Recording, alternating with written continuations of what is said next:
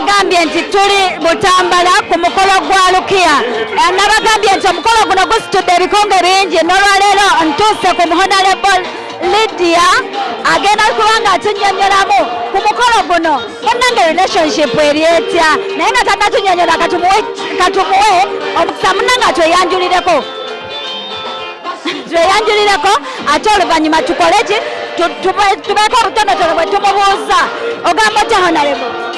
Ndi bulungi, amannya gange nze Mirembe Lydia nga nabeerako omubaka omukyalo wa Butambala mu palamenti ey'ekkumi era nga nteekateeka okukomawo okuvuganya ku kifo ky'omubaka omukyalo wa Butambala. Honorable Lydia, oteekateeka okukomawo okuvuganya ku kifo ky'omubaka omukyalo w'e Butambala ogenda kujjira mu kibiina ki? Ngenda kuvuganya nga ndi independent era bannabutambala bakyaniriza nnyo. Honorable Lydia, tukulabye oyemblessinze omukolo guno ozze n'obeerawo kintu kya muwendo.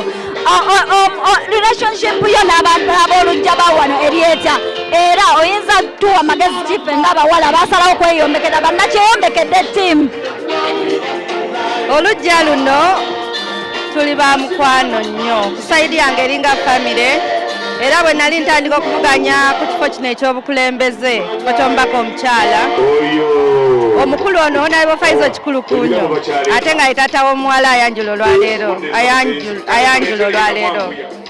mukwano gwange nyira yankulembera nnyo nga mvuganya ku kifo ky'omubaka so wano wendi ndi waka era kyova olaba nakedde omukolo gwange era ndi musanyufu nnyo ku lwa Lukiya n'abaka abazze okubeera nti batwala Lukiya mu kitiibwa ekisaanidde.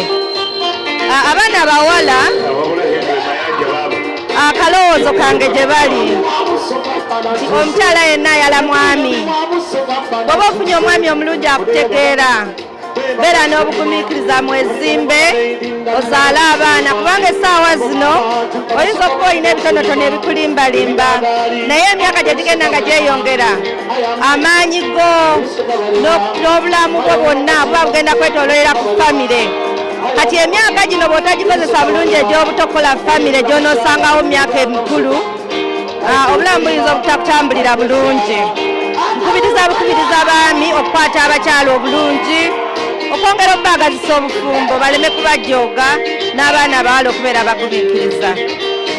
Omwana Lukiya ono ali atya enneeyisa nga bonoogamba nti mu bantu because kati bw'oba ogambye nti oli wa famire eno omumanyi?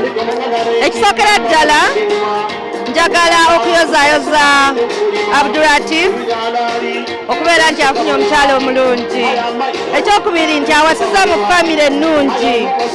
Omuwala gwatutte mwana yakuzibwa, mwana yasomesebwa naye n'ekirala mwana ayagalwa nnyo bakadde be bamwagala nnyo ndezo n'omukolo ogulabe engeri gye bagutegeseemu. Kale njagala kubizza Abdulatif akwate bulungi Lukiya kuba akaana kaffe twakakuza bulungi kaana kampisa era nina okukkiriza kungi nti gyakatudde tekagenda tuswaza naye naye amukwate bulungi amuyise bulungi kubanga abasajja oba ababi baffe be balina okwagazisa abaana abawala obufumbo. Honorable, abaana abawala abali eyo abagamba nti abaana abawala abafumbirwa lw'amalogo batambula nnyo ku basawo abalala emikisa balina ginoonya mu basawo olina bubaka ki obwabwe kubanga kati wano mu famire ndabyewo eddiini lingi nnyo naye kati abaana abo abalinayo endowooza muyinza bakola ki oba muyinza bagamba ki? Endowooza eyo ewaffe eno teriiyo nnyo kubanga nga Butambala bw'ogiraba kitundu ekirina ennyo Katonda tulina nnyo okukkiriza kungi naye njagala kukaatiriza abaana bongere okweyisa obulungi abaana abawala beeyise bulungi nze kyemmanyi nti obufumbo mpisa na bugumiikiriza shiringi talina makulu mu bulamu bw'ensi naye obugumiikiriza n'empisa n'okutya Katonda. Okompeere Lukiya obugambo bw'obusembayo ng'otunudde mu kamera era omugambe kubanga nzikiriza nti Honorable oli mufumbo omubuulire ebyokya ebiriyo kubanga si birungi byokka byebiriyo omubuulire ebyokya ebiriyo n'ebirungi ebiriyo. Lukiya nga ntunudde mu kamera eno njagala okuyozaayoza okuba nti otwanjulidde omwami wo mu kitiibwa ekisaanidde. Njagala okubuulira nti obufumbo bulungi nnyo era njagala obeere ne attitude nti obufumbo bulungi nnyo, omwami w'omukwate bulungi omuwa ekitiibwa, obeere n'obugumiikiriza ojja kufumba.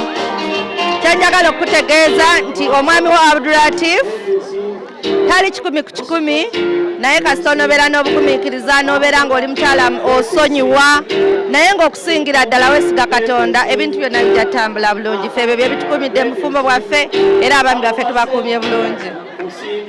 Amiina. Honorable Lydia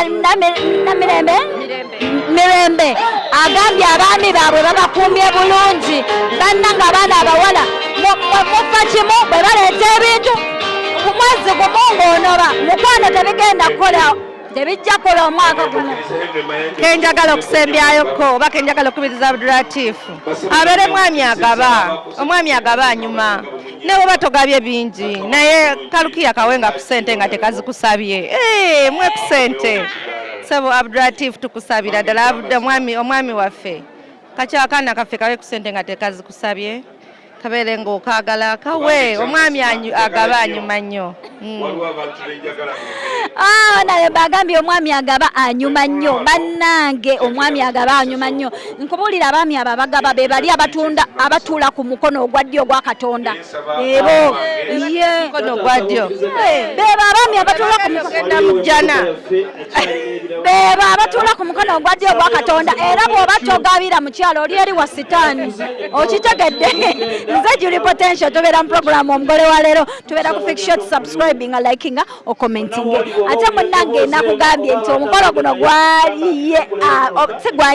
gwaleese ebikonge bya bannabyabufuzi ab'amaanyi. Bannange tugenda mu kalulu, mbadde mbasaba Honorable Lydia Mirembe mumulabirenga ddala 2026 mumulabirenga ddala mu Nabutambala ku kifo ky'omubaka omukyala Banabutambala. Kano kankawenga kalowoozo Munabutambala alaba programu eno.